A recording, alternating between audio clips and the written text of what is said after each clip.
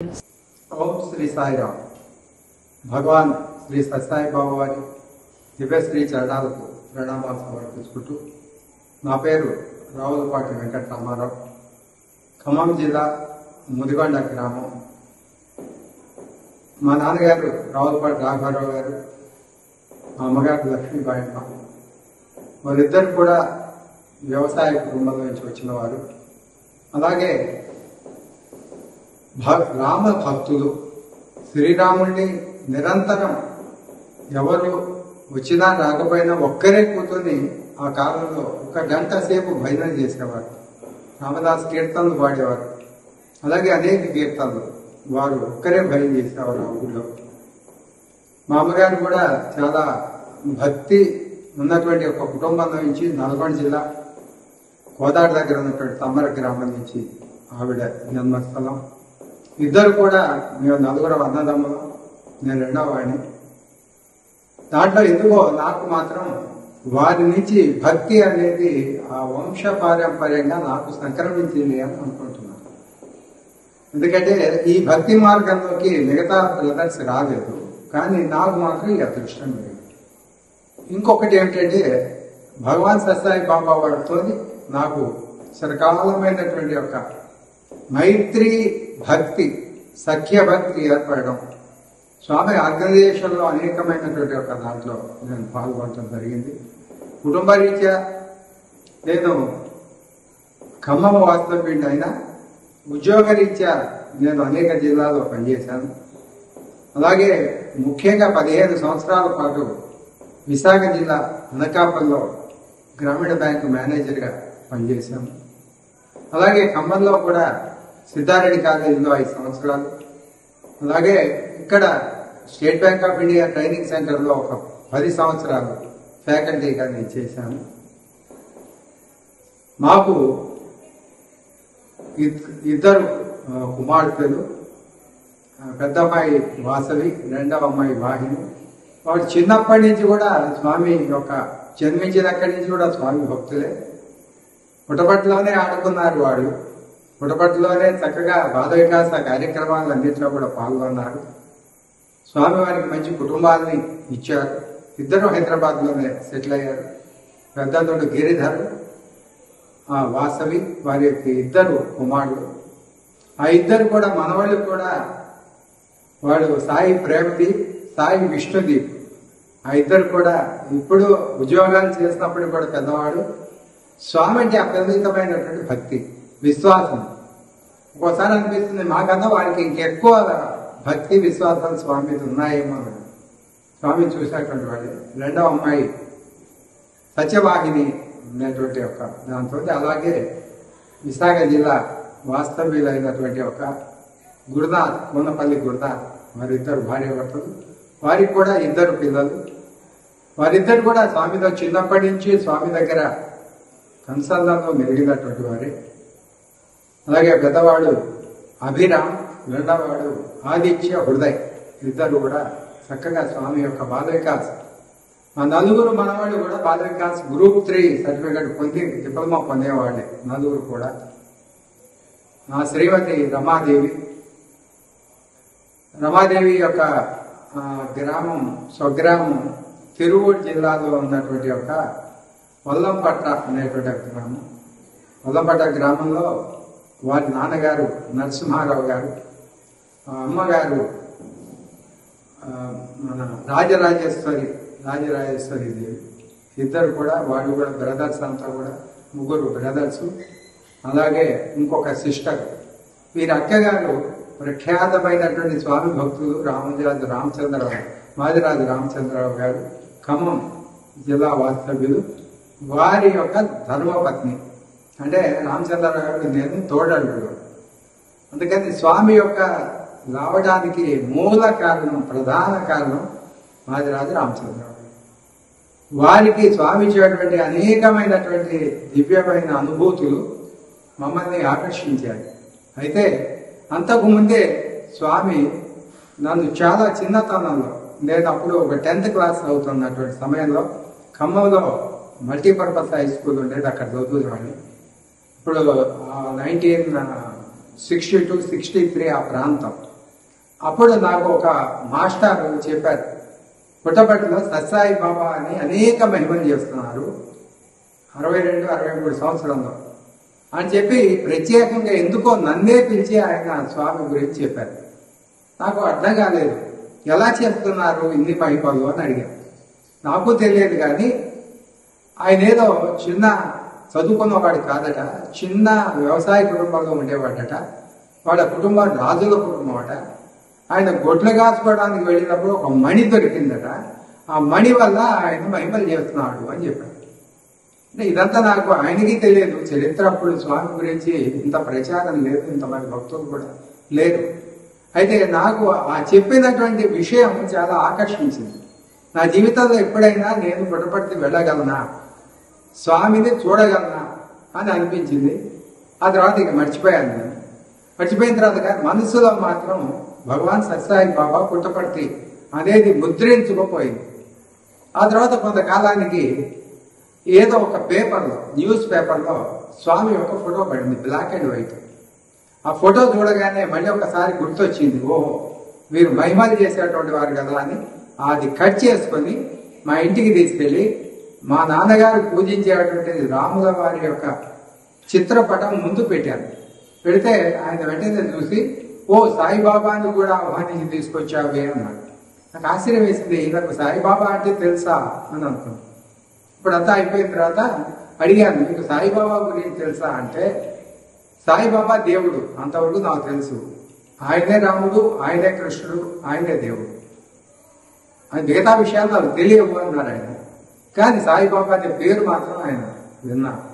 చాలా సంతోషించాం. తర్వాత అది కూడా ఎక్కడికో మిస్ అయిపోయింది.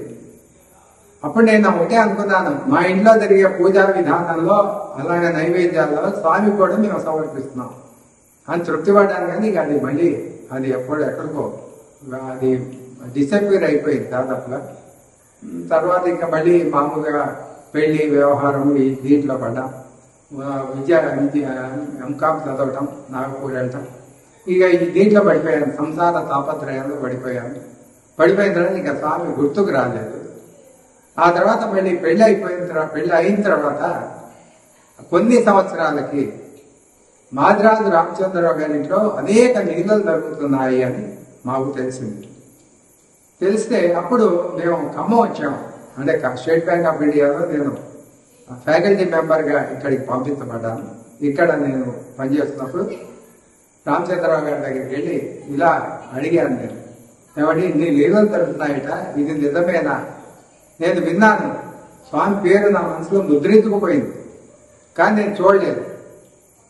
కాబట్టి ఇది నిజమేనా అంటే ఒకటే మాట అన్నారు, నమ్మకంతో విశ్వాసంతో స్వామిని గుర్తించినట్లయితే స్వామి తప్పనిసరిగా గుర్తిస్తారు, నమ్మకానికి సంబంధించింది తప్ప ఇంకోటి కాదు అని చెప్పి ఆయన చెప్పారు. ఆ తర్వాత అనుకోకుండానే మా రమాదేవి నా అర్థాన్ని ఇవిడికి ఒక ప్రాబ్లం వచ్చింది. అప్పటికే సిజేరియన్ ఆపరేషన్స్ 2 అయ్యాయి. తర్వాత హృదయ అనేటువంటి దాంట్లో కూడా ఒక ఆపరేషన్ అయింది. ఇక 4వ ఆపరేషన్ కూడా అవసరం అయిపోయింది. వైజాగ్లో చూపించాం, అలాగే రకరకాల వరంగల్లో చూపించాం. ఎక్కడ చూసినా కానీ వాళ్ళు ఒకే మాట అన్నారు, మళ్ళీ రిపీట్ అవ్వచ్చు, ఆపరేషన్ చేసినా మళ్ళీ ఆపరేషన్ చేయాల్సిన అవసరం రావచ్చు అని అనుకున్నాం. అనుకున్న తర్వాత ఖమ్మం వచ్చాం. ఖమ్మంలో రామచంద్రరావు గారి ఇంట్లో 2 రోజులు నుండి వెళ్ళిపోదామని. వచ్చినప్పుడు ఈ రామచంద్రరావు గారి ఇంట్లో స్వామి యొక్క ఫోటోలు అవి చూసి ఈవిడ ఒక మాట అనుకుంది, స్వామి నువ్వే నిజంగా దేవుడు అయినట్లయితే నా ఆపరేషన్ సక్సెస్ కావాలి, మళ్ళీ రిపీట్ కాకూడదు, అప్పుడు నేను నమ్ముతాను అని అంది. ఇంకొకటి ఏమనుకుందంటే మొక్కు కూడా మొక్కుంది, పుట్టపర్తి వస్తాను అది అనుకుంది. నాకు చెప్పదా. కానీ ఇక్కడే వైవి రామారావు గారు అనే డాక్టర్ గారు ఆపరేషన్ సక్సెస్ చేశారు. ఇక మళ్ళీ ఆ ప్రాబ్లం రిపీట్ అవ్వలేదు. అందువల్ల ఈవిడ అడిగింది, మనం పుట్టపర్తి వెళ్ళాలి, నేను మొక్కున్నాను, ఎవరైనా తిరుపతి మొక్కుంటారు, భద్రాచలం మొక్కుంటారు, పుట్టపర్తి ఎవరు మొక్కుంటారు చూడకుండా అని చెప్పింది కదా. అంటే వాళ్ళ బావగారిని అడిగింది రామచంద్రరావు, నా మొక్కుందని మిమ్మల్ని తీసుకోపోతారా? అలాగే తీసుకోపోతారా? అప్పుడు స్వామి యొక్క జన్మదినోత్సవాన్ని కానీ ఇంకోటి అనేది మాకు తెలియదు. రామచంద్రరావు కూడా అంత ఐడియా లేదు. ఇక్కడ భజన చేస్తారు, అన్ని చేస్తారు, కానీ పుట్టపర్తిలో జరిగే కార్యక్రమాల గురించి పెద్దగా ఆయన ఇక్కడ సేవలు. అప్పుడు ఆయన సరే అలాగే వెళ్దాం తప్పనిసరిగా అన్నారు అని చెప్పి ఒక మడదాలి యొక్క కోరిక మేరకు వారి కుటుంబం మా కుటుంబం మేము బయలుదేరి తిరుపతి వెళ్ళాం. తిరుపతిలో చూస్తున్నాం, పుట్టపర్తి వెళ్ళాం. పుట్టపర్తిలో అప్పుడు స్వామి నవంబర్ 22వ తారీఖున దిగాం.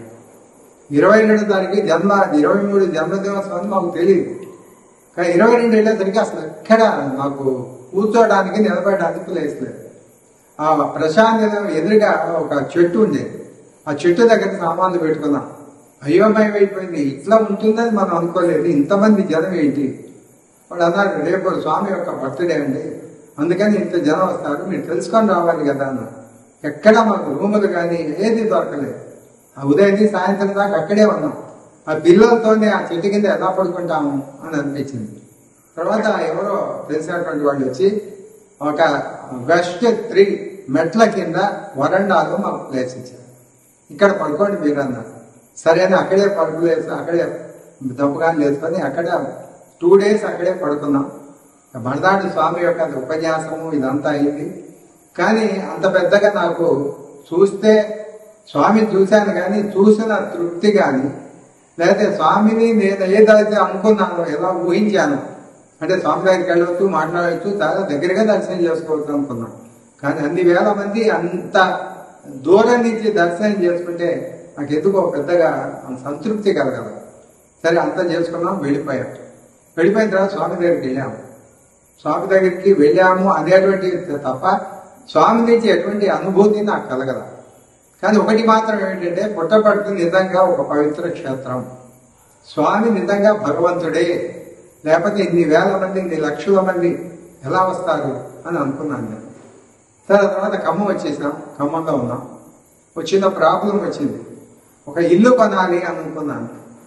ఒక 2,000 రూపాయలు అడ్వాన్స్ ఇచ్చాము. మిగతా డబ్బులు కూడా మాకు 3 నెలల టైం ఇచ్చారు. ఆ 3 నెలల్లో నేను ఆ డబ్బులు కట్టేసి ఇల్లు రిజిస్ట్రేషన్ చేసుకోవాలి. సరే ఏం చేయాలో అర్థం కాలేదు. నాకు ఈ ఖమ్మంలో సత్యసాయి మందిరం పక్కన ఒక 3 స్థలాలు అంతకుముందు రామచంద్ర గారి ద్వారా కొనుక్కున్నాను. అయితే ఒక స్థలం అమ్మితే నాకు ఒక 40-50 వేలు వస్తాయి. దాన్ని బట్టి ఒక అడ్వాన్స్ ఇచ్చి మళ్ళీ ఆ ఇల్లు మేము తీసుకోవచ్చు అని ఒక ఆలోచన వచ్చి, ఎవరు కొంటారు అంటే సాయి మందిరం దగ్గరది కాబట్టి సాయి భక్తులే కొంటారు, ఇంకెవరు కొనరండి అని అన్నారు. సరే సాయి భక్తులు కాబట్టి సాయి భక్తుల్ని కలవాలి. అందుకని అప్పుడు బూడిద రంగయ్య గారని వారి ఇంట్లో భజనలు జరిగేవి.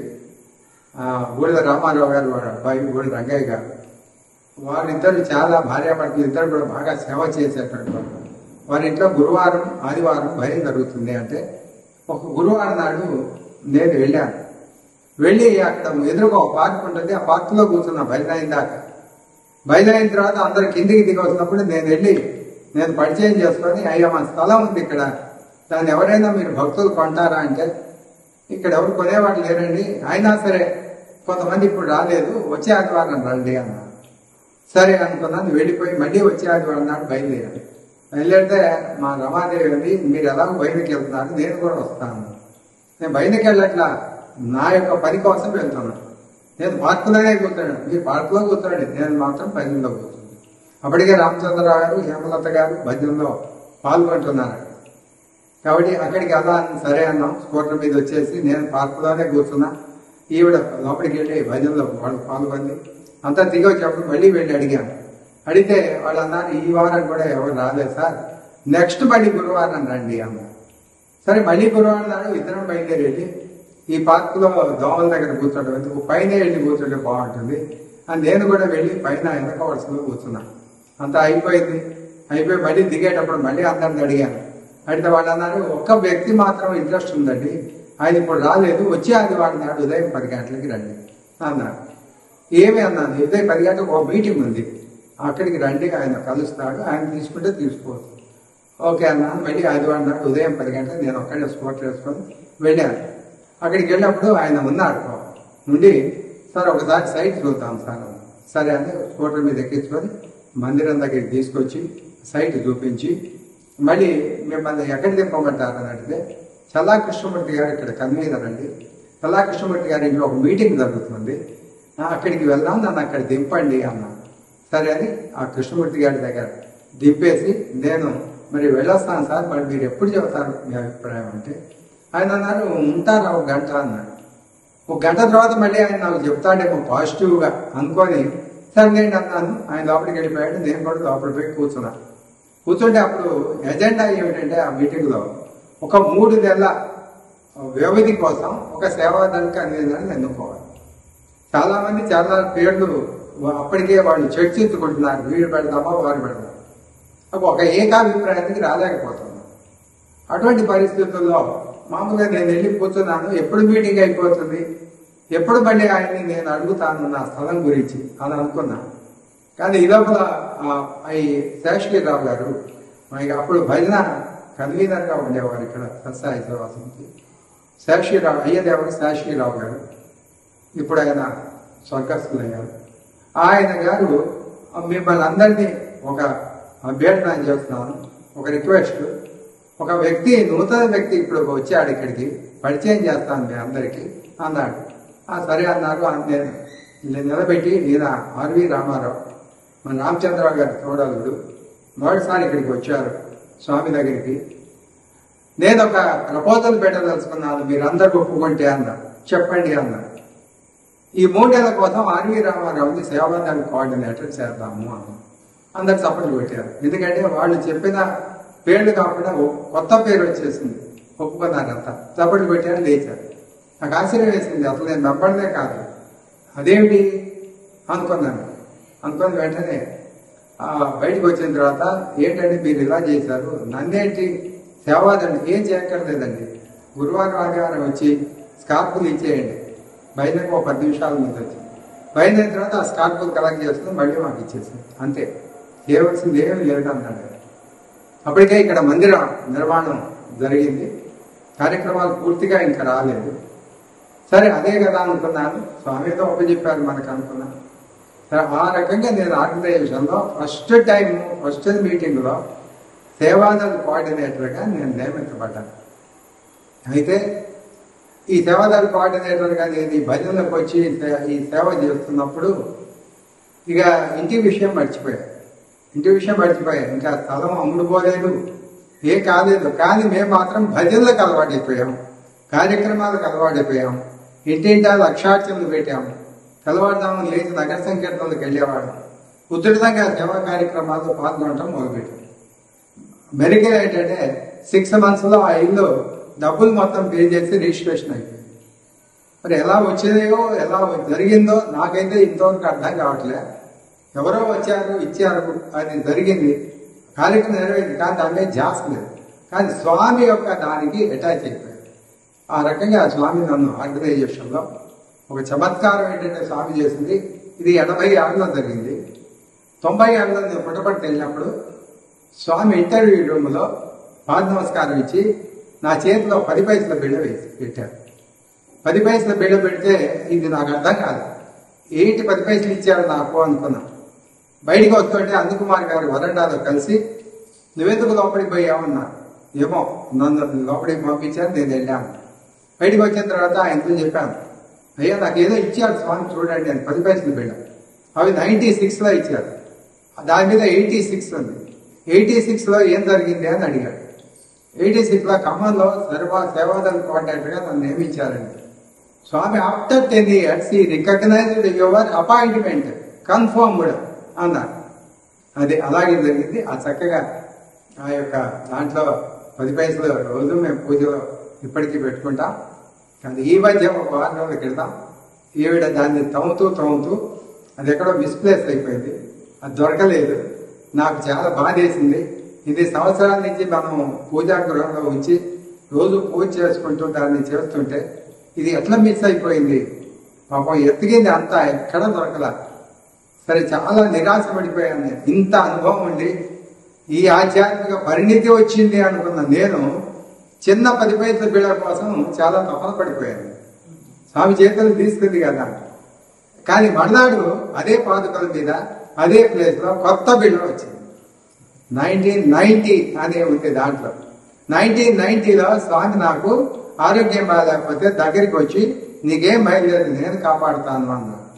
అంటే 86లో ఆర్గనైజేషన్ ఇస్తే 90లో స్వామి తన యొక్క రక్ష నాకు ఉంటుంది అని చెప్పింది నాకు 2024 నాకు మళ్ళీ 10 పైసల బిళ్ళ 90ది ప్రసాదించారు స్వామి. కాబట్టి ఈ రకంగా ఆర్గనైజేషన్లోకి నేను వచ్చాను. తర్వాత మళ్ళీ ఇక్కడ చాలా కాలం సేవా కార్యక్రమాలు చేశాం. తర్వాత నాకు మళ్ళీ ట్రాన్స్ఫర్ అయ్యి అనకాపల్లి అనేటువంటి ఒక ప్లేస్కి వెళ్ళాను.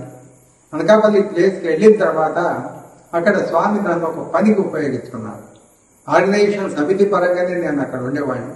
కానీ అనారోగ్య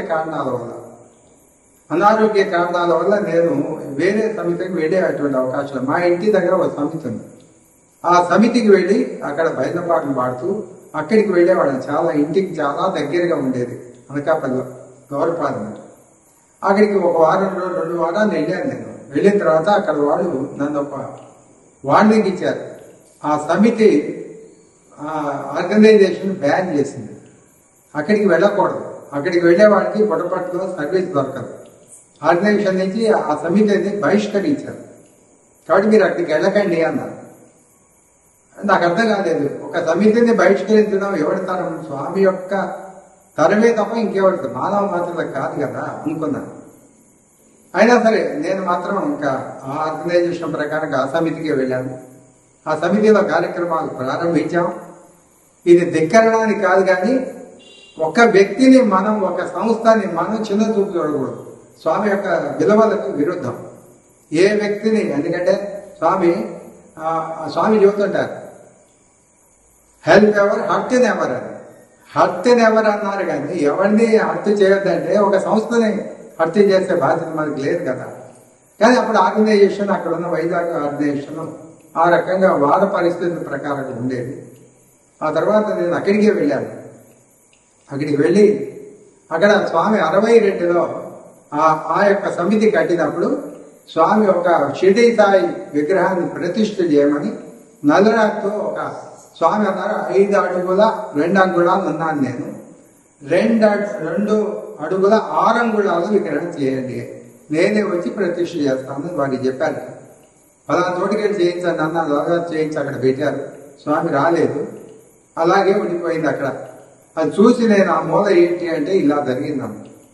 ఇప్పుడు 91 1962లో స్వామి ఇచ్చారు మాట. ఇప్పుడు స్వామి వస్తే మనం భరించలేము. అందులో మీ ఆర్గనైజేషన్, మీ సమితి అసలు ఆర్గనైజేషన్ గుర్తించట్లా. స్వామి ఎలా వస్తారు ఇప్పుడు? కాబట్టి మీరు అది ప్రతిష్ట చేయండి స్వామి అన్నారు. కాబట్టి అయితే మేము వెళ్ళి ఆ స్వామిని కనుక్కొని వస్తామన్నారు. వాళ్ళు వెళ్ళారు. అక్కడ వాళ్ళకి మధ్యవర్తిగా ఆయన కారుణ్యానంద ఉన్నారు. వీళ్ళకి స్వామికి ఒక మధ్యవర్తిగా, అంటే వీళ్ళ మాట స్వామి చెప్పడం, స్వామి చెప్పింది వీళ్ళకి చెప్పడం. కాబట్టి ఆయనతో చెప్పాను, ఇలాగ ఒక ఆయన వచ్చాయండి మేనేజరు, ఆయన మమ్మల్ని ఫోర్స్ చేస్తున్నారు, ఆయన మాట వినకపోతే ఆయన అనేక కార్యక్రమాలు, సేవా కార్యక్రమాలు మా సమితిని డెవలప్ చేయడానికి ప్రయత్నం చేస్తున్నారు. మరి ఏం చేయాలంటే స్వామితో మాట్లాడితే స్వామి మంచిదే చేయమనండి అన్నారు.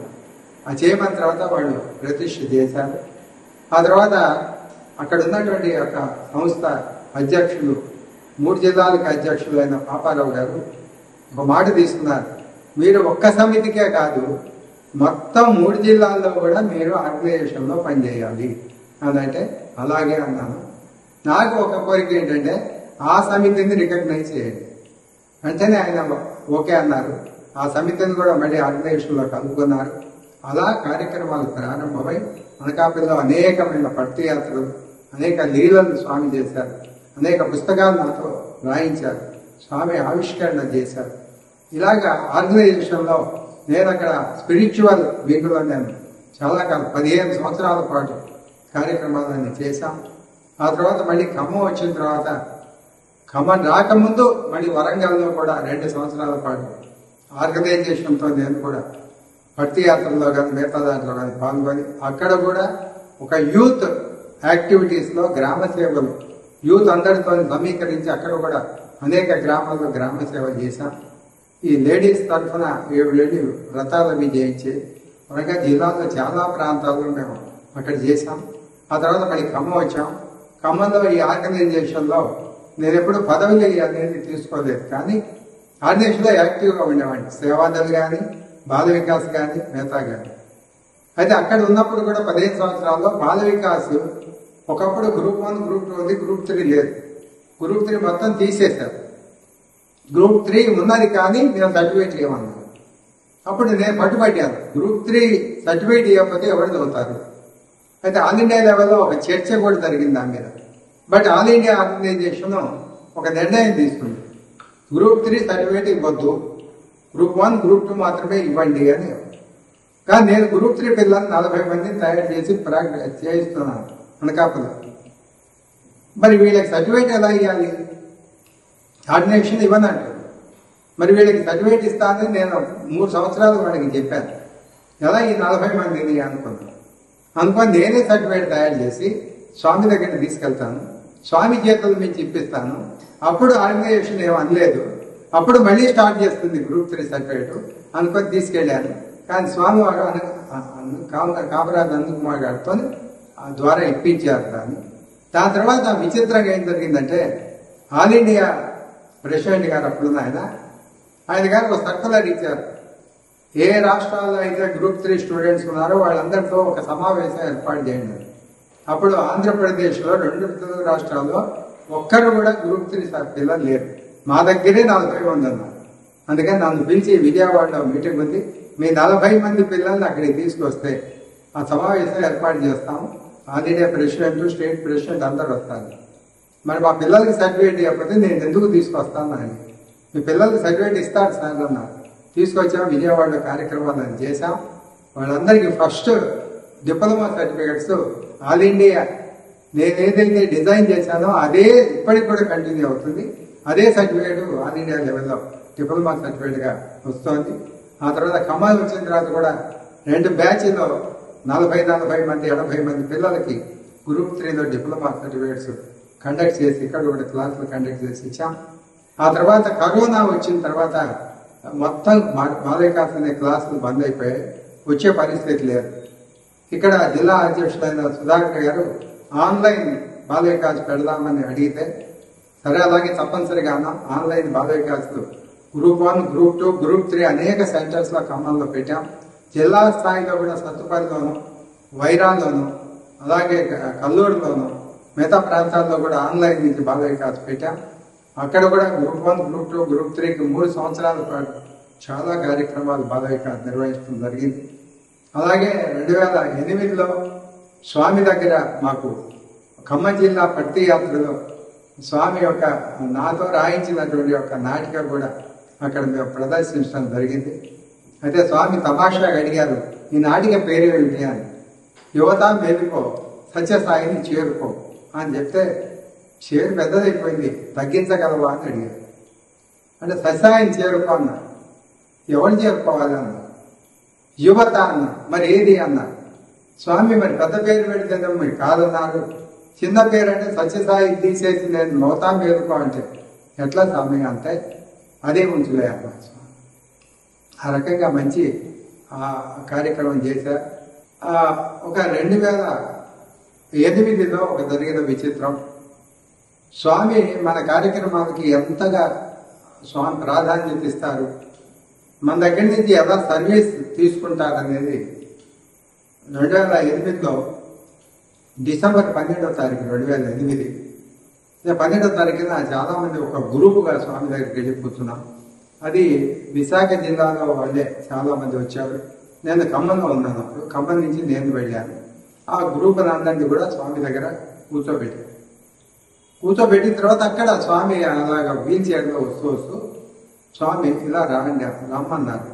నేను వెంబడే కార్పెట్ దగ్గరికి వెళ్ళాను. నాతో పాటు ఇంకో అతను కూడా వచ్చాడు. ఇద్దరం స్వామి దగ్గరికి వెళ్ళాను. అంతకుముందే అక్కడ విశాఖ జిల్లా యూత్ ఒక ఆల్బమ్ నా చేతిలో పెట్టారు. సార్, ఇది ఒక రిమోట్ విలేజ్ పాడేరు దగ్గర ఉంటుంది, అర్లాడ అనే ఒక గ్రామం. మేము ఏం సర్వీస్ చేయాలని వెతుక్కుంటూ అక్కడ దాకా వెళ్ళాము. వాళ్ళు నాకు వాటర్ కావాలి, మాకు వాటర్ లేదు, కొండ మీద మా గ్రామం కాబట్టి మేము కింది నుంచి నీళ్లు పోసుకోవాలని చాలా కష్టమైపోతుంది. కానీ ఇక్కడ బోర్ పడదు అని జిరాలజిస్టు కూడా చెప్పాడు. కాబట్టి మాకేమైనా స్వామిని ప్రార్థించి మాకు ఒక బోర్ వేయించగలరా అని వాళ్ళు అడిగారు. ఆ ఆల్బమ్ ఇది మొత్తం అంతా సిచ్యువేషన్ అంతా ఫోటోలు తీసుకొచ్చాం. ఈ ఆల్బమ్ స్వామికి చూపించి మీరు చెప్పండి అన్నారు. సరే స్వామి పిలిస్తే అలాగే చెప్తా అన్నాను. ఆ స్వామి దగ్గర పిలిచేప్పుడు ఆల్బమ్ చేతిలో ఉంది. అక్కడికి పోయినప్పుడు ఏమిటది అని అడిగారు. స్వామి ఒక యూత్ వాళ్ళంతా కలిసి ఒక సేవా కార్యక్రమాన్ని వెతుక్కుంటూ వెళ్ళారు. ఒక గ్రామాన్ని వాళ్ళు చూశారు, అక్కడ మంచినీళ్ళు లేవు అని. ఏ గ్రామం అన్నారు. నాకు అది గుర్తురాదు. అప్పుడే చెప్పారు వాళ్ళు, ఒక 5 నిమిషాల క్రితం నాకు అర్లాడా అని. నాకు గుర్తురాదు. ఒక గ్రామం స్వామి, అదే ఒక గ్రామం, దాని పేరు లేదా అన్నారు. స్వామి స్వామి అంటున్నాను. స్వామి అన్నారు అర్లాడా అన్నారు. స్వామి తన నోటి మీద అర్లాడా అని ఆ ఫోటోలు చూసి తప్పనిసరిగా పుష్కళంగా నీరుస్తాను, వాళ్ళని బోరు వేయమనండి అన్నారు. అంటే స్వామి జియాలజిస్టు చెప్పాడు అక్కడ నీళ్లు పడవని. గవర్నమెంట్ కూడా 2-3 సార్లు ప్రయత్నం చేసి మానేసి, ఈ కొండ నుంచి మీరు వేరే చోటకి పోయినట్లయితే మేము స్థలాలు ఇస్తాం, ఇల్లు కట్టుకోవడానికి కూడా డబ్బులు ఇస్తాం, ఇక్కడ నీళ్లు పడవు, అందుకని మేమేం చేయలేమని గవర్నమెంట్ కూడా చేతులు ఎత్తేసింది స్వామిని. ఇక్కడ చెప్పేది సాయి అన్నారు. సరే ఇంకేం మాట్లాడలేదు. ఇంకా రెండవ మాట ఏమిటి, కోరిక ఏమిటి అని అడిగారు. అప్పుడు నేనన్నాను, స్వామి అనకాపల్లిలో 40 మంది పిల్లలతో ఒక డీజేపీ దీనజనం ధరణ పథకం, దానికోసం 1 కోటి రూపాయలు పెట్టి ఒక భక్తుడు ఒక బిల్డింగ్ కట్టించాడు. దాంట్లో ఆశ్రమం స్టార్ట్ చేశాము. 40 మంది పిల్లల్ని కూడా తీసుకొచ్చాము మీ ఆశీస్సుల కోసం. ఎవరు కట్టించారన్నారు. నా పక్కన ఉన్న ఆయనే కట్టించారు. ఈయనే స్వామి అన్నాను. స్వామి ఆయన బుధం మీద చేసి మంచి పని చేస్తాం బంగారు, స్వామికి ఇష్టమైన సేవ అన్నారు. తర్వాత వాళ్ళని ఆశీర్వదించండి స్వామి, పిల్లల్ని తీసుకొచ్చామంటే ఎలా ఆశీర్వదించమంటావు అని అడిగారు. అంటే నేనన్నాను, వాటితో ఫోటో దిగండి స్వామి. ఏం చేసుకుంటారు అని అడిగారు. జీవితాంతం స్వామి మా వెంట ఉన్నాడని వారు సంతోషపడతారు, ధైర్యాన్ని తెచ్చుకుంటారు. మాకు వెనక స్వామి ఉన్నాడు అనే ధైర్యం వస్తుందని ప్రయత్నం చేస్తాను అన్నారు. కాబట్టి నేను స్వామిజీ ధైర్యంతోనే, స్వామి దగ్గర ప్రయత్నం అనే మాట లేదు కదా అన్నా. లేదా అన్నా. లేదు స్వామి అన్న. మరి ఏముంది అన్నా. చేయటమే ఉంది. ప్రయత్నం అనేది మాది కానీ మీరు ప్రయత్నం ఏమిటి అన్నా. నిజమే, సాయంత్రం దిగుతాను అన్నారు. అలాగే 3వది ఏమిటి అని అడిగారు. మా భజన సింగర్స్ వచ్చారు స్వామి, గాయని గాయకులు ప్రతి ఆదివారం మందిరాల్లో పాడుతుంటారు, వారికి ఈ రోజున భజన అవకాశం ఇవ్వండి అన్నారు. తప్పనిసరిగా సాయంత్రం మళ్ళీ ఇంకో మాట అన్నారు, ప్రయత్నం చేస్తాను అని. మళ్ళీ అంటే నా దగ్గర ప్రయత్నం లేదు కదా, తప్పనిసరిగా సాయంత్రం అన్నారు. 3 అన్న తర్వాత పాద నమస్కరించి వెళ్ళిపోయారు. కానీ ఆర్గనైజేషన్ ఒప్పుకోదు, అక్కడ సెక్రటరీ గారు ఒప్పుకోదు. అప్పుడు చక్రవర్తి గారు సెక్రటరీగా ఉన్నారు. మేము వెంటనే వెళ్ళి సంతోషంగా, స్వామి మాకు ఫోటోలు దిగుతా అన్నారు, బయలుదేస్తా అన్నారంటే స్వామి మాకేం చెప్పలేదు. స్వామి లోపలికి వెళ్ళిపోయారు. మరి వేయడానికి మాకు అవకాశం లేదు, స్వామి మాకేం చెప్పలేదు. మీ ముందే కదా 15-20 నిమిషాలు స్వామి మాతో మాట్లాడారు. ఏం మాట్లాడారో మాకు తెలియదు. ఎందుకంటే భక్తులకి భగవంతుడికి మధ్య సంభాషణ మేము వినాం. మాకు భగవంతుడి నుంచి వచ్చే ఇన్స్ట్రక్షనే మేము పాటిస్తాం. మీరు చెప్పేది కాదు కదా, స్వామి చెప్పాలి, మాకు చెప్పలేదు అన్నారు. సరిగ్గా నిరాశ పడిపోయాం. స్వామి ఆయన అన్నారు, ఒక పని చేయండి, ఒక గ్రూపులో కూర్చోబెట్టండి, ఒకవేళ ఇంకే స్వామి నిజంగానే రమ్మంటే మిమ్మల్ని క్షణాల్లో స్వామి దగ్గరికి తీసుకుపోయే బాధ్యత మేము తీసుకుంటాం. అలాగే ఒక గ్రూప్ కూర్చోబెట్టాం. కానీ అక్కడికి వస్తారో రారో, అందుకని రాజారెడ్డి గారిని అడిగి ఆయన పర్మిషన్తో జెంట్స్ వైపు ఫస్ట్ లైన్లో ఫస్ట్గా నేను కూర్చున్నాం. ఉదాహరణకి పువ్వు పట్టుకోండి. స్వామి ఆడవాళ్ళ నుంచి మగవాళ్ళ వచ్చినప్పుడు స్వామికి పువ్వు ఇచ్చి, స్వామి సాయంత్రం అన్నారు కదా అని గుర్తు చేస్తాను. స్వామి ఏం చేశారు, తమాషాగా ఆడవాళ్ళకి దర్శనం ఇచ్చి అలా వేదిక మీదకి వెళ్ళిపోయారు. మగవాళ్ళ వైపు రాదు. మరి నా దగ్గర ఇంకా రాకపోతే నేనెట్లా అడుగుతాను. మళ్ళీ వచ్చి నేను ఆ గురువు దగ్గర కూర్చున్నాను. స్వామి వేదిక మీదకి వచ్చారు. వేదం మొదలైపోయింది, వేదం జరుగుతోంది. ఇక వేదం అయిపోయే పరిస్థితి వచ్చింది. మందిరం సింగర్స్ అందరూ వచ్చేసి వాళ్ళు రెడీగా వాళ్ళ యొక్క దాంతో బృందం అంతా వచ్చి కూర్చున్నారు అక్కడ వెనక. మరి ఏంటి అర్థం కాలేదు నాకు. ఆ సమయంలో ఇంకా ఆ వేదం అయిపోతుంది అనే సమయంలో వేదిక మీద స్వామి రా అన్నారు. అందుకని నేను గబగబా వెళ్ళిపోయాను. ఎప్పుడైతే స్వామి రాన్నారో ఇక నాకెవరు అడ్డుకోలేదు. గబగబా వెళ్ళాను. మీ వాళ్ళంతా సిద్ధంగా ఉన్నారా అన్నారు. ఉన్నారు స్వామి అన్నారు. అయితే భజన పాడండి అన్నారు. ఈ స్వామితో ఈ 2-3 నిమిషాల సంభాషణలో మొత్తం భజన సింగర్స్ వెనక్కి వెళ్ళిపోయారు. మా గ్రూప్ అంతా ముందుకు వచ్చేసారు. వెనక్కి తిరిగి చూస్తే మొత్తం అంతా ఫస్ట్ లైన్ అంతా వీళ్ళే కూర్చోన్నారు. చక్కగా 18 పాటలు పాడించారు, గంటన్నర పైన పాటలు పాడించారు. ఆ తర్వాత అందరితో ఫోటోలు దిగారు, పిల్లలందరితో ఫోటోలు దిగారు, అందరితో ఫోటోలు దిగారు. అయిపోయిన తర్వాత చూసావా స్వామి ఎలా చమత్కారాలు చేస్తారు అన్నారు. అవును స్వామి, అద్భుతంగా ఉంది స్వామి అని అన్నాను. నమస్కరించారు. అది స్వామి ఒక సేవ అంటూ మనం వెళ్తే ఎన్ని కోరికలైనా తీరుస్తారు స్వామి. ఒక మంచి నిష్కల్మషమైన కోరిక సేవ చేయాలి. మేము మొట్టమొదటి అడిగింది ఏంటంటే ఆ గ్రామానికి మంచినీళ్ళు. ఆ గ్రామంతో మొదలై ఇవాళ ఆ ఏరియాలో పాడేరు అటువంటి అరకు ఆ ప్రాంతాల్లో 140 గ్రామాలకు మంచినీళ్ళు అండి అందుకుని ఆ గ్రామంలో సక్సెస్ అయింది. ఆ రకంగా దాన్ని కూడా మేము 2017లో స్వామి ప్రశాంతి నిలయంలో దాన్నే ఒక నాటికగా మలిచాం. 2008లో నాటిక ఒకటి తయారు చేసుకున్నప్పుడు తమాషా జరిగింది. అప్పుడు రామ్మూర్తి గారు, నందకుమార్ గారు ఒక నాటిక తయారు చేశారు. రామచంద్రరావు గారు జిల్లా అధ్యక్షులు. అయితే ఆ నాటిక తయారు చేసి ఆ నాటికని వారికి స్క్రిప్ట్ చూపించేసి పర్మిషన్ తీసుకుందామని నేను, రామచంద్రరావు గారు, ఇంకొక సుధాకర్ గారు మొత్తం ముగ్గురం వెళ్ళాం. వెళ్ళి అక్కడికి వెళ్ళినప్పుడు నందకుమార్ గారికి చూపించాం. ఇది స్క్రిప్ట్ అండి, ఇది తయారు చేసుకున్నాం అంటే ఆ స్క్రిప్ట్ బాగాలేదన్నాడు. మళ్ళీ వేరే ఇంకొకటి స్క్రిప్ట్ తయారు చేయండి, ఇది బాగాలేదన్నాడు. మేము అడగలేకపోయాం ఏం బాగాలేదు అని ఆయన క్వశ్చన్ వేయలేము. ఒక మాట అన్నారు, ఇది స్వామికి రుచించదు అన్నారు. అదే విషయం ఇక్కడికి వచ్చి సాంబూర్తి గారికి చెప్పాం. సాంబూరి గారు అన్నారు, మరి ఇంతకంటే నేను చేయలేదండి, మీరు కావాలంటే ఇంకెవరితో అన్నారు రాయించుకోండి అన్నారు. అయితే అదే నా అన్నారు రామచంద్ర గారు. అంతే, మీరు ఇంకోటితో చేయించండి అన్నారు. మరి మీకేం బాధ కలగదు? నాకేం బాధ కలగదు. స్వామి దగ్గర మనం మంచి స్వామికి ఇష్టమైన కార్యక్రమం మనం చేయాలి, అంతే కదా.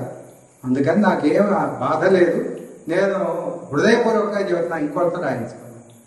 అప్పుడు రామచంద్ర నన్ను అడిగారు, మీరు రాయగలరా అన్నారు. రాస్తానండి అని ఒక స్క్రిప్ట్ రాసినాం. మళ్ళీ తీసుకెళ్తే నందకుమార్ గారు అన్నారు, ఇది కూడా బాగాలేదు అన్నారు. మరి ఎలా అన్నారు అంటే పౌరాణిక పాత్రలు ఉండాలి, మంచి నాటకీయత ఉండాలి, సందేశం ఉండాలి, అలా రాయి అన్నారు.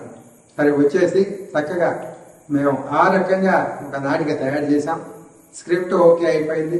ఇక్కడ మంచిగా అన్ని కార్యక్రమాలు అన్నీ కూడా ప్రాక్టీస్ అది చేయించాం. ఆ తర్వాత మాకు వెనక ఉండి అంటే సెట్టింగ్స్ కానీ ఇవి కానీ, తర్వాత దానికి ఉన్నటువంటి ఫ్లెక్సీలు కానీ ఈ తయారంతా హుస్సేన్ గారు చాలా అన్ని రోజులు మేము ఎలా నాటకంలో కష్టపడ్డామో ఆ రకంగా ఆయన అన్ని తీర్చిదిద్దారు. అలాగే పాటల దగ్గరికి వచ్చినప్పుడు బల్లెపల్లి మోహన్ అని ఖమ్మం జిల్లా ఆయన మ్యూజిక్ డైరెక్టర్ కూడా, ఆయన మాకు పాటలన్నీ కూడా అమ్ముకొచ్చారు. భోందచంద్ర గారు పర్మిషన్ ఇచ్చారు. వారి యొక్క పల్లవిని తీసుకొని మేము చరణాలు కలుపుకొని తయారు చేసుకున్నాం. పాటని ఎలాగైనా ఉపయోగించుకోండి అన్నారు ఆయన. అలాగా మాకు అన్ని అమ్ముకోడి చక్కగా నాటిక తీసుకెళ్ళిన తర్వాత అంతా రెడీ అయిపోయింది. రెడీ అయిపోయి ఆ స్క్రిప్ట్ కూడా సిద్ధమైపోయింది. కానీ దాంట్లో కొన్ని చేంజెస్ చూపించారు చక్రవర్తి గారు. ఏమిటంటే ఫస్ట్ ఉన్నటువంటి యొక్క డ్యాన్స్ తీసేయండి, ఫస్ట్ డ్యాన్స్ తీసేయండి అన్నారు. మా ఫస్ట్ డ్యాన్స్ యూత్ డ్యాన్స్ ఎలా తీసేయాలి? అప్పుడు అనుకున్నాం అనమాట, స్వామి ఇక మీరే కాపాడాలి.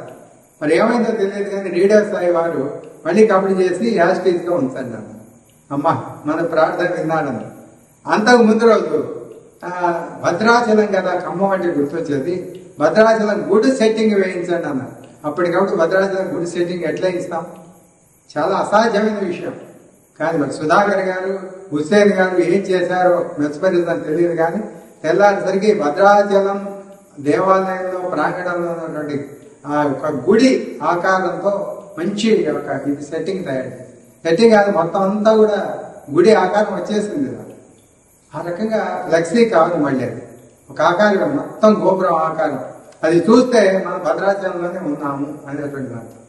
చక్కగా అది నాటకం అంతా కూడా చాలా చక్కగా కార్యక్రమం అయిపోయిన తర్వాత దాంట్లో ఆంజనేయ పాత్ర ఉన్నటువంటి సతీష్, ఆయన అప్పుడు R&B సీగా ఉండేవాడు. ఆయనకి ఒక చైన్ కూడా స్వామి సృష్టించి ఇచ్చారు ఆంజనేయ పాత్రధారికి. ఆ తర్వాత మళ్ళీ మంచి కార్యక్రమం అయిపోయిన తర్వాత ఇంకా మొత్తం అయిపోయింది, కార్యక్రమం అంతా అయిపోయింది. నా ఉంగరాలు స్వామి ఒక 3 ఉంగరాలు ఇచ్చారు స్వామి. ఈ ఉంగరం, తర్వాత ఇది వైట్, ఈ 3 ఉంగరాలు. ఈ 2 ఉంగరాల్లో ఒక 2 రాళ్ళు ఆ రోజు దాటిపోయాయి, పోయాయి, ఒకటే మిగిలింది. మా కార్యక్రమం అంతా అయిపోయింది. నాకు 2 చూసుకుంటే 2 లేవు, ఒకటే ఉంది.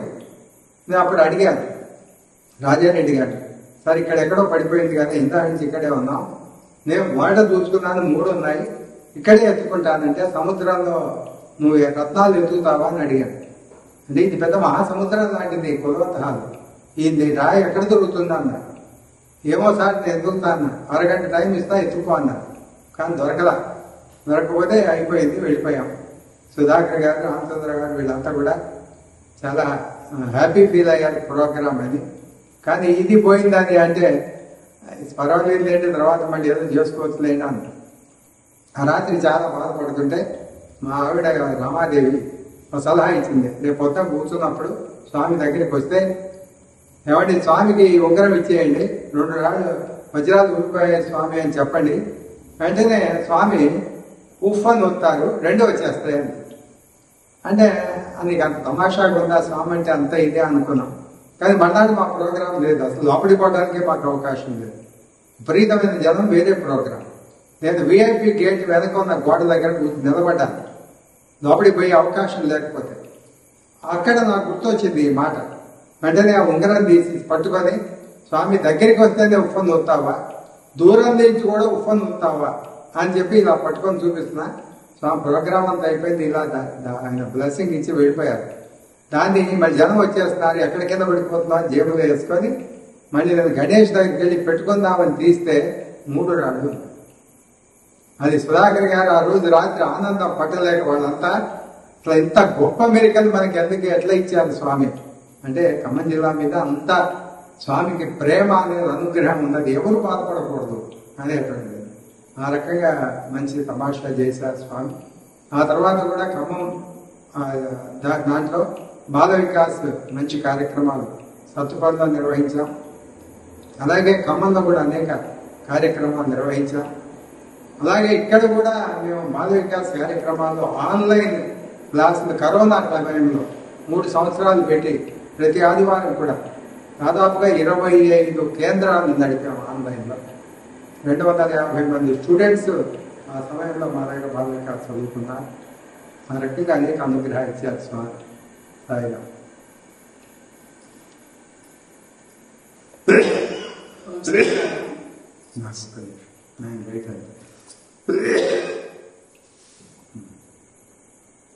ఓం శ్రీ సాయి. స్వామివారికి అనేక నమస్కారాలు తెలియజేసుకుంటూ, నాకు చిన్నప్పటి నుంచి కూడా మా అమ్మగారి పేరు రాగి రాజేశ్వరి, మా నాన్నగారు పెంగళ నరసింహారావు గారు, వారి పల్లెటూరు వారు. అయినా కానీ మా అమ్మగారు చాలా విపరీతాన్ని భక్తి ఉండేది. నా పెళ్ళి అయిన తర్వాత రావులపాటి వారి కుటుంబానికి వచ్చాము. నా భర్త పేరు రావులపాటి వెంకటరామారావు గారు. అయితే అక్కడ మా మామగారు కూడా విపరీత రామభక్తులు. ఎప్పుడు తెల్లవారునాడు భాగవతం పద్యాలు చదువుకోవడం, అవన్నీ మా అమ్మగారు కూడా రాత్రిపూట అన్ని కూడా భాగవతం పద్యాలు అవన్నీ నోటికి వచ్చేసి ఉండేవి. నేను వెన్నింట పడుకొని కూడా ఎప్పుడు ఈ భక్తి పాటలు, సినిమా పాటలు, భక్తి పాట వేడుకుని అవన్నీ కూడా రామదాస్ కీర్తనలు అవన్నీ పాడుకునేదాన్ని. అట్లా జరుగుతున్న సమయం నా పెళ్ళి వచ్చిన తర్వాత కూడా ఈ భక్తి అక్కడ ఉంది, ఇక్కడ ఉంది కాబట్టి అది పెరిగిపోయింది. పెరిగిన తర్వాత సరిగా ఇవన్నీ ఎంతమంది తిన్నాను కాబట్టి అనారోగ్య కారణాల వల్ల నేను స్వామి మొక్కుకోవడం, స్వామి భక్తులు అవ్వడం జరిగింది. ఖమ్మం నుంచి ట్రాన్స్ఫర్ అయ్యి మేము అనకాపల్లి వెళుతుంటే కళ్ళకు నీళ్లు పెట్టుకుంటూ, ఏంటి స్వామి ఈ భజనలు అంత ఆనందాన్ని కోల్పోయి మనం వేరే చోటుకి వెళ్తే మరి ఎట్లా వస్తుంది ఏంటని చెప్పేసి అని అట్లా తప్పదు కదా అని వెళ్ళిపోయాం. వెళ్ళిన తర్వాత స్వామి మరి మనకి స్వామి అంతర్యాము కాబట్టి అది ఏం చేస్తున్నది మనకు తెలియదు. ఇంకా అంతకన్నా ఎక్కువగా అక్కడ సేవా కార్యక్రమాలు ఇచ్చి 15 సంవత్సరాలు ఏకతాటిగా చాలా విపరీతంగా మంచి భక్తితో, ప్రేమతో అంతర్యామిగా ఉండి ప్రతిదీ కూడా అప్పుడు భజనలో ఓంకారం ఇప్పుడు కళ్ళు మూసుకుంటే అయిపోయిందా కూడా అసలు పక్కన ఎవరున్నది కూడా తెలియకుండా అంతే ఇన్వాల్వ్ అయిపోయి భజన చేసేవాళ్ళం. అట్లా భక్తి కార్యక్రమాలు అక్కడ ఏదో పెడదాం అనుకున్నాను 73 రోజులు. అయితే ఎట్లా పెట్టాలి, ఏ టైంలో అయితే పెట్టాలంటే రోజువారీగా భజన మంగళవారం అంటే, సోమవారం అంటే ఆ భజనలు ఆ టైంలో పెట్టుకొని అందరు రాదు అని మగవాడు కూర్చొని ఆలోచిస్తుంది. నేనేమన్నానంటే అది తెల్లవారుతం చక్కగా మనం ఓంకారం చేసుకుని ప్రశాంతంగా ఉంటుంది, సుప్రభాతం అన్నీ చేసుకొని సంవత్సరానికి ఒక కార్యక్రమం పెట్టుకుంటూ అట్లా చేసుకున్నాం. ఆడవాళ్ళు వస్తారు, మగవాళ్ళు వస్తారు. ఆ పిల్ల ఎవరికి ఓపిక భక్తికి సంబంధించిన తప్పితే అది భక్తి తెచ్చుకుంటూ వచ్చే వాళ్ళందరూ వస్తారు. భక్తి పనులు అనుకోవటం అక్కడి నుంచి కూడా మేము ఇక ప్రతి సంవత్సరం కూడా స్వామి 5 సంవత్సరాలు 10 సంవత్సరాలు కూడా కార్యక్రమాలు పెట్టేవాళ్ళం. అట్లా ప్రతి చక్కగా కూడా ఎంత కార్యక్రమం అయినా కూడా చాలా బాగా జరిగేది. సరే కార్యక్రమాలు పెట్టుకోవడం అంటే చాలా కష్టం. ఒకసారి మా బావగారికి గోల్డ్ మేము ఇద్దరికి వచ్చింది మాది కాదు రామచంద్ర గారు, మా అక్కయ్య గారి భర్త. అయితే ఆయన గారికి సన్మానం గోల్డ్ స్టూడెంట్స్ చేస్తున్నారు అని తెలిసి ఆయన ఏం చేస్తారు, మీరిద్దరూ లేకుండా మేము ఈ కార్యక్రమాలు పెట్టడం జరగలేదు, మీరు రావాలి తప్పనిసరిగా అని చెప్పడం జరిగింది. అప్పుడు ఈ ఫోన్లు కానీ ఏమీ లేవు. లేకపోతే ఎట్లా వెళ్ళగలం, పిల్లలు వదిలిపెట్టాలి. సరే వస్తూ మామూలుగా సూట్ కేసు తీసుకుని కాస్ట్ టీచర్ ఒకటి ఉంది, అది కొనుక్కొని అది వస్తుండే మధ్యలోకి వచ్చిన తర్వాత విజయవాడ దగ్గర రిజర్వేషన్ లేవు కాబట్టి విజయవాడ దగ్గరికి వచ్చేసరికి ఏమైంది, ఈ సూట్ కేసు దగ్గరకు వస్తుంటే నేను పడుకొని ఓంకారం చేసి పడుతూ సుప్రభాతం లోపలకు చదువుకుంటున్నా. చూస్తే కాళ్ళ దగ్గర సూట్ కేసు అప్పుడు తాళం తీసేసి అప్పుడు రోజులు తాళం వేసేవాడు దానికి రైలు కడ్డీకి. అది తీసి అక్కడ పెట్టాము, విజయవాడ వస్తుంది కదా. లేదు ఇదేంటి స్వామి మరి ఇట్లా జరిగింది, అక్కడికి వెళ్తేనేమో బట్టలు లేకుండా వెళ్తే బాగుండదు, వెనక్కి వెళ్ళిపోతే ఇంత దూరం వచ్చింది కూడా ప్రయోజనం లేదు, ఏం చేయాలి అసలు ఇట్లా చేసాము ఇట్లా చెప్పి మనసులో తప్పని పడుతూ అటు ఇటు మొత్తం ఎక్కడా లేదు. ఇక వస్తుంది విజయవాడ. ఆ గేడి దగ్గర నేను ఉన్నాను. ఒకసారి ఎదుగుతామని చూస్తే పైన బెత్త మీద ఓపెన్ చేస్తుంది, ఏమీ లేవు, చక్కగా చీర ఉంది, మేము పెట్టుకునే అన్ని డబ్బుల కోసం ఎవరు తీశారు. స్వామి బ్లెస్ చేశారు, స్వామిని ప్రే చేసేసరికి స్వామి అక్కడ వదిలిపెట్టేవాడు వెళ్ళిపోయినట్టు జరిగింది. అది ప్రతి విషయంలో కూడా స్వామి పక్క నుండి మనకి ఏమైతే ఆలోచిస్తాం ఇది జరిగితే బాగుంటుంది అట్లా ప్రతి కూడా చేస్తుండేవారు. అక్కడ తెల్లవారుజామున కార్యక్రమాలు కూడా అట్లాగే ప్రతి సంవత్సరం 15 సంవత్సరాలు ఏకబిగుగా చేశాము. అనేక చోట్ల ఈ ముత్యాలు రావడం ఏమిటి, మరి తేనె రావటం ఇవన్నీ కూడా జరుగుతుండే. అది జరిగిన తర్వాత మాకు మళ్ళీ వరంగల్ ట్రాన్స్ఫర్ అయింది. వరంగల్లో కూడా గ్రామ సేవ దానికి వెళ్ళేవాళ్ళం. అక్కడ ఏమైందంటే మీరు రిటైర్ అవ్వలేదు. రిటైర్ అవ్వకపోతే వాళ్ళు ఏం చేసేవాళ్ళు, అక్కడ సునీతలు ఏం చేస్తారంటే వార్షికోత్సవం అయితే ఉదయం పూట చుట్టుపక్కల కూడా వాళ్ళందరూ వస్తారు. అప్పుడు వ్రతం పెట్టుకోవడం, ఈ పూజా కార్యక్రమాలు, అప్పుడే పల్లకి సేవ, అప్పుడే ఉపన్యాసం అన్నీ పెట్టుకునేవాళ్ళు. అయితే అక్కడ డిస్ట్రిక్ట్ ప్రెసిడెంట్ గారు సత్యనారాయణ రెడ్డి గారిని ఆయన వచ్చి మమ్మల్ని రమ్మనేవాడు. మరి మీరు బ్యాంకు సెలవులు పెట్టుకుంటారు అందుకని చెప్పేసి నేను ఇంకొక ఆయన గారు వాళ్ళిద్దరు నేను అక్కడ బాగుంటుందని ముగ్గురు కలిపి వెళ్ళేవాడు. ఏంటి అక్కడ పాటలు సింగర్స్ లో ఉండేదాన్ని నేను, ఈ డెకరేషన్ దేని మరి ఇవన్నీ చేయడం, వ్రతానికి అన్ని కూడా అరేంజ్ చేసుకోవడం, కథ చెప్పడం, మంత్రపుష్పం ఇవన్నీ చేసుకునేవాడు. ఇవన్నీ చేసుకున్న తర్వాత ఇట్లా దీన్ని బాగా దొరికి 2 సంవత్సరాలు అయిపోయింది. మళ్ళీ ఖమ్మం వచ్చాం. ఖమ్మం వచ్చిన తర్వాత వీరికి ఆ రోజు రిటైర్మెంట్ అయిపోయిన తర్వాత ఆ రోజు రాత్రి ఆనకాపల్లిలో ఉన్నప్పుడు మేము ఏం చేసి దాన్ని రిటైర్ నాకు నగర సంకీర్తన అంటే చాలా ఇష్టం. అయితే మేమిద్దరం 3:30కే పావుదుకుని బయలుదేరి వచ్చేసి అన్ని అక్కడ రెడీ చేసేసి పూజకి. ఇంకొక 2 కోఆర్డినేటర్స్ ఉండేవాడు, నన్ను ఇంకొక అన్ని చేశారు. అంటే అందరు ఈవెన్ లీడ్ చేయటం ఏంటి ఇవి చెప్పమంటే చాలా మంది వచ్చేవాడు, 150 మంది 200 మంది దాకా అందరి సాంగ్స్ సరిపడాలని ఆరాటంతో ఒక్కో లైఫ్ ఒక పాటించి మీరు ఈ పాట పాడండి ఈ పాట పాడి ఓల్డ్ సాంగ్స్ వాటికి వచ్చి నాకు తెలుసు కాబట్టి చెప్పేదాన్ని. ఇది కొంచెం సహించలేని వాడు ఉంటారు కాబట్టి వాడు ఏం చేస్తారు ఈవిడేంటి మనం చెప్పేది అని వాడు కొంచెం నా మీద రెవల్యూషన్గా అయ్యారు. నాకు తెలియదు నేను ఇంటికి వచ్చేసారు. తెల్లవారి వైజాగ్ ముకుందరావు గారు డిస్ట్రిక్ట్ ప్రెసిడెంట్ వాడు వచ్చి లేడీస్ తరఫున మనకి ఇక్కడ లీడ్ చేసేవాడు మేము పెడతాం అని చెప్పేసి అంటే వీళ్ళు చేస్తున్నారని నన్ను రామరత్నం గారు ఇద్దరిని పెట్టారు. అప్పుడు నేను ఇవన్నీ రెడీ చేసి నగర సంకీర్తనకి వెళ్తే ఆ రామరత్నం గారు వీరిగా మా వారు నుంచి రామారావు గారు పూజ చేసేవారు అక్కడ. మేము ప్రతి సంవత్సరం ఒక సంవత్సరం త్రయంబక విజయ మహానుకోండి అదో సంవత్సరం పెట్టేవాడు, ఒక సంవత్సరం హనుమాన్ చాలీసా అందరం కలిసి వచ్చిన దాకా ఈ లోపల వినాయకుడి పూజ ఇవన్నీ కూడా చేసేసేవాడు. అందరు కలిసి వచ్చే నగర సంకీర్తన ఒక జస్ట్ ఒక 20 minutes అవి మళ్ళీ మేము పలకి అక్కడ పెట్టేసి వచ్చి వెళ్తా కలిపేసేసి అవి సంవత్సరానికి కూడా చొప్పున సారాటంలో నమస్తే సత్సాయి పద్మనిశ్వేశ్వరాయ మహాదేవాయ త్రయంబకాయ త్రిపురాంతకాయ త్రికాగ్నికాయ కాలాగ్నిరుద్రాయ నీలకంఠాయ మృత్యుంజయాయ సర్వేశ్వరాయ సదాశివాయ శ్రీమన్ మహాదేవాయ నమః అనే మంత్రం ఉందనుకోండి. అది మన స్వామి 70 సంవత్సరాలు 70 సార్లు చదివేవాడు. మరి 3 గాయత్రులు ఉంటాయి స్వామికి, భాస్కర గాయత్రి, మరి సాయిస్త్ర గాయత్రి, మళ్ళీ ఈ 3 సూర్య గాయత్రి, ఈ 3 ఉంటాయి. ఆ 3 గాయత్రులు కూడా అట్లా ఆడవాళ్ళం వస్తారని మగవాళ్ళం వస్తారు. అట్లా కార్యక్రమాలను చేశాం. ఈ సందర్భంగా సరే మాకు కార్యక్రమాలు అయిపోయిన తర్వాత ఖమ్మం వచ్చిన తర్వాత ఖమ్మం సమితిలో వాళ్ళందరూ కూడా పత్తి యాత్ర అని పెట్టుకున్నారు. పత్తి యాత్రను పెట్టుకుంటే సరే మేము కూడా అందరూ వచ్చాము. ఆ పత్తి యాత్ర అప్పుడు ఏం చేస్తారు, కల్చరల్ ప్రోగ్రామ్ పెట్టుకుంటే కొంచెం దానిలో అవకతవకలు అయింది. కొంచెం వెనక ముందు అయితే వెంకటరామారావు గారు కొంచెం సెట్ చేసి దాన్ని ఎట్లా దాన్ని ప్రయత్నం చేసి ఆమె దగ్గర వేయడానికని ఒప్పందం అయింది. వచ్చాము, ఒప్పుకోవటం జరిగింది. ఈ కార్యక్రమం చేసేటప్పుడు వాడు ఏం చేస్తారంటే స్వామి కొన్ని పట్టు చీరలు తీసుకొచ్చి వాడు పంచమన్నారు. సత్తుపల్లి వాడు ఖమ్మం వాడు ఉండేవాడు. అయితే వాళ్ళందరికీ ఆ లీడర్స్ ఇవ్వమంటే వాళ్ళు మరి సాధ్యం కదా, నేను అప్పుడే వచ్చాను, కొత్తగా వచ్చాము, ప్రోగ్రామ్ చేశాను స్వామికి, కానీ మనం ఏమో అర్థం కాదు కదా అనుకున్నాం. వాడు కూడా నాకు ఇవ్వలేదు. అందరూ వాళ్ళు పంచుకున్నాము. చీరలు పంచుకున్న తర్వాత నేను ఎట్లా కూర్చొని స్వామి అప్పుడు రామచంద్రరావు గారు డిస్ట్రిక్ట్ ప్రెసిడెంట్ గా ఉండేవారు. అప్పుడు స్వామి నాకు వెళ్ళి చూస్తే ఇట్లా రమ్మని కనిపించింది. మరి నన్ను గబాన్లు వేస్తే బాగుండదని అడిగితే రమ్మంటున్నట్టు కనిపిస్తుంది, ఏమంటారంటే ఎడ్డు అన్నారు. వెళ్ళిన తర్వాత స్వామి ఏం చేస్తారంటే నాకు ఇటు చూశారు. నేను ఒంగోలు దండం పెడుతున్నా. చూసిన తర్వాత మళ్ళీ ఏం చేస్తారు, పక్కకు తిరిగి పాద నమస్కారం చేసుకోవాలి. నేను చూస్తేనే పాద నమస్కారం చేసుకున్న తర్వాత పక్కకు తిరిగి ఆ కుర్రాడి వైపు స్టూడెంట్ వైపు చీర తీసుకున్నారు. అటు ఇటు చూస్తే నా దగ్గరకు వచ్చి ఇట్లా నాకు కూర్చొని ఇట్లా అందించారు. నాకు నేను అందుకోవడం జరిగింది. అది నా జీవితంలో మర్చిపోలేని ఆనందము, అది చెప్పలేనంత అనుభూతి అనమాట స్వామితో నాకు. సరే అయిన తర్వాత ఎప్పుడు నేనంత కష్టపడి చిన్నప్పటి నుంచి ఇందులోకి లాగి అన్ని చదువుతున్నా కానీ ఎందుకు నాతో మాట్లాడకుండా ఎప్పుడు ఆయన గారితో మాట్లాడతారు, నాతో ఎందుకని స్వామి మీరు మాట్లాడరు అనుకున్నాను. అయితే ఒకరోజు వచ్చేటప్పుడు ఏమన్నారు, అక్కడ దూరం నుంచి వస్తూ నాకు ఇల్లే చూసుకుంటూ వచ్చి ఏంటి ఎక్కడి నుంచి వచ్చారు అని పేదగా అడిగారు.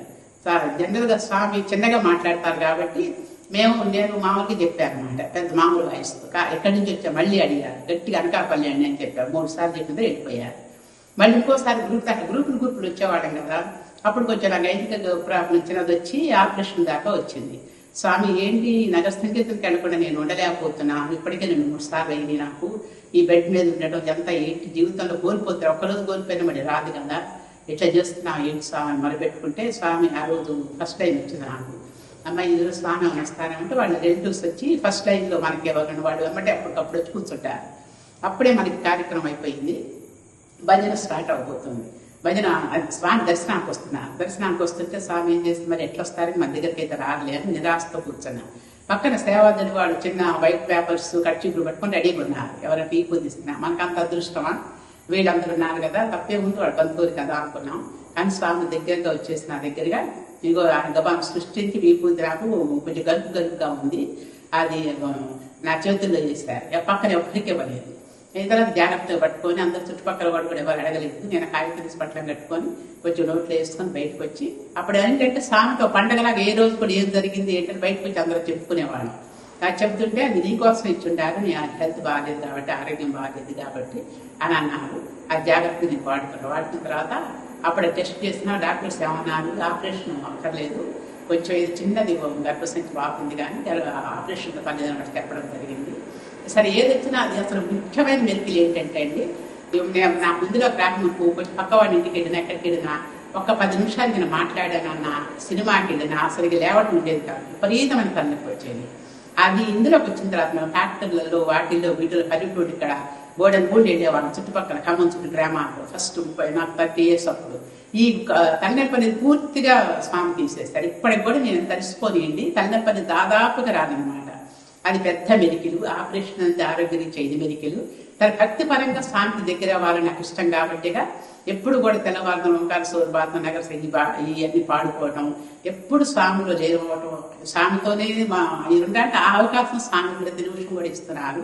చాలా చాలా మా జీవితం చేశారు. ఏం స్వామి గురించి మర్చిపోలేనటువంటిది.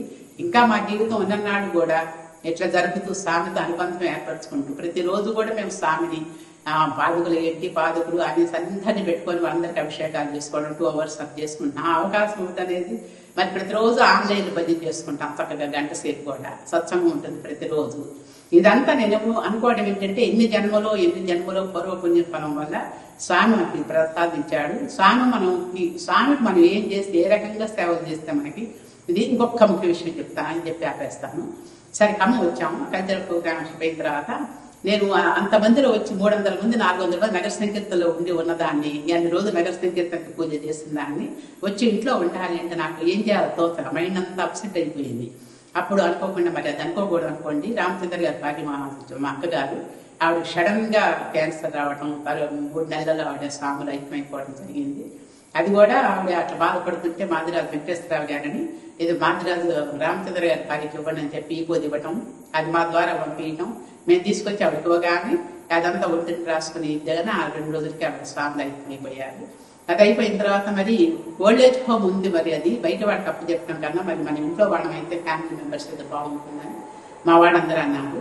నేనన్నా మరి నేను అట్లా చేయడమో లేదో మేము ప్రయత్నం చేస్తాము, సక్సెస్ అవుతే స్వామి దయ అనుకున్నాం. అట్లే 10 సంవత్సరాలు కనీసం ఉద్యోగస్తులు కూడా సిన్సియర్గా సెలవు పెట్టుకోకుండా ఊళ్ళో లేకపోతే తప్పితే 10 years కరెక్ట్గా 10 years ఇచ్చారు స్వామి నాకు. ఆ 10 years కూడా ఒక ఉద్యోగం, ఒక అంటే జీతం లేని ఉద్యోగం, జీతం చెప్పని విలువ కట్టలేని అంత జీతం ఇచ్చినట్టు స్వామి నా ఉద్దేశంలో. అట్లా వెళ్ళేది కానీ ఊళ్ళో లేనప్పుడు మాత్రమే దాదాపుగా ఊళ్ళో ఏ ఊరు వెళ్ళినా కానీ ఉండేవాళ్ళం కాదు అసలు. ఒకటి 2 days 3 days తప్పితే ప్రతిరోజు కూడా నాకు ఇచ్చిన కార్యక్రమం సేవా కార్యక్రమం పెద్దది.